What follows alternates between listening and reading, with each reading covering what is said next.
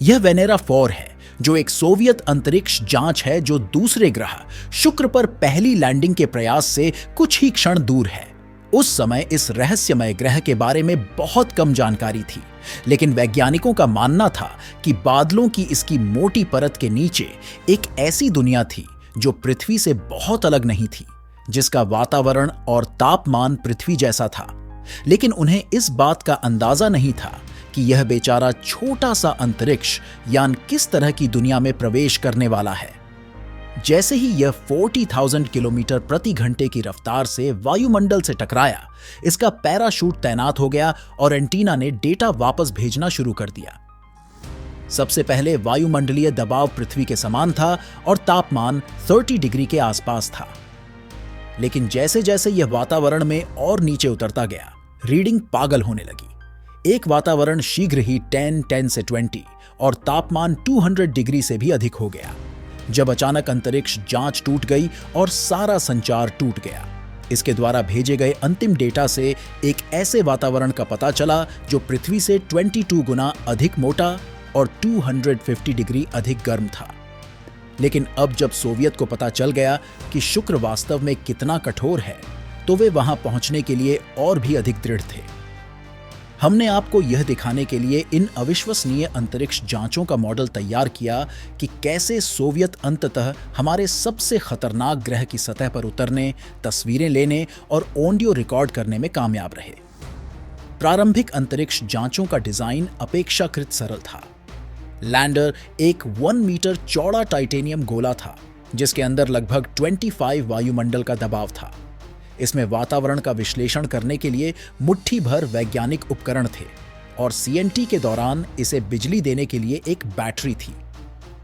Lander में कोई thruster नहीं था और इसके बजाय इसे जमीन पर लाने के लिए अपने स्वयं के ड्रैग और पैराशूट की एक श्रृंखला का उपयोग किया गया था। प्रारंभिक अंतरिक्ष जांचों का डिजाइन अपेक्षाकृत सरल था। लैंडर 1 मीटर चौड़ा टाइटेनियम गोला था, जिसके अंदर लगभग 25 वायुमंडल का दबाव था। इसमें वायुमंडल का विश्लेषण करने के लिए मुट्ठी भर वैज्ञानिक उपकरण थे और नीचे उतरते समय इसे शक्ति प्रदान करने के लिए एक बैटरी भी थी। लैंडर में कोई थ्रस्टर नहीं था और इसके बजाय इसे जमीन पर लाने के लिए अपने स्वयं के ड्रैग और पैराशूट की एक श्रृंखला का उपयोग किया गया था। लेकिन शुक्र के घने वातावरण के कारण यह एक समस्या बन गई। कुछ ही मिनटों में तेजी से वायुमंडल में गिरने के बजाय संकीर्ण 4 ईंट की दीवार की तरह वायुमंडल से टकराया और तेजी से केवल 18 किलोमीटर प्रति घंटे की गति से धीमा हो गया, जो अपेक्षा से बहुत धीमी थी। इसका मतलब यह था कि अंतरिक्ष यान को शुक्र के वायुमंडल के अंदर 90 मिनट तक रहना पड़ा। लगातार गर्मी और दबाव के संपर्क में रहना पड़ा जब तक कि यह नष्ट नहीं हो गया। सोवियत ने महसूस किया कि एक बार जब वे शुक्र के वायुमंडल में प्रवेश कर गए तो समय सीमित था और इसलिए लैंडर को कुचलने या पिघलाने से पहले उन्हें वायुमंडल से गुजरना होगा। जब तक सोवियत ने शुक्र के प्रति अपने दृष्टिकोण पर पूरी तरह से पुनर्विचार नहीं किया, उन्होंने नासा को एक फैक्स भेजकर एक विशेष ताप प्रतिरोधी सामग्री की मांग की। नष्ट होने से पहले शुक्र की सतह तक पहुंचने के लिए सोवियत ने अंतरिक्ष जांच को फिर से डिजाइन किया ताकि यह वायुमंडल में अधिक तेजी से गिर सके।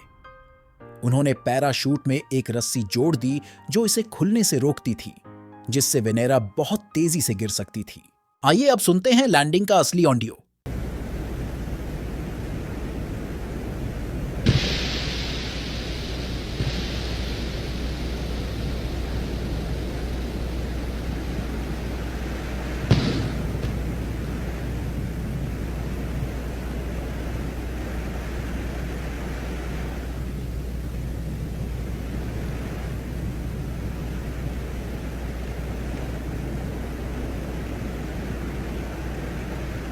ऐसे ही और वीडियो के लिए हमारे चैनल को सब्सक्राइब करें।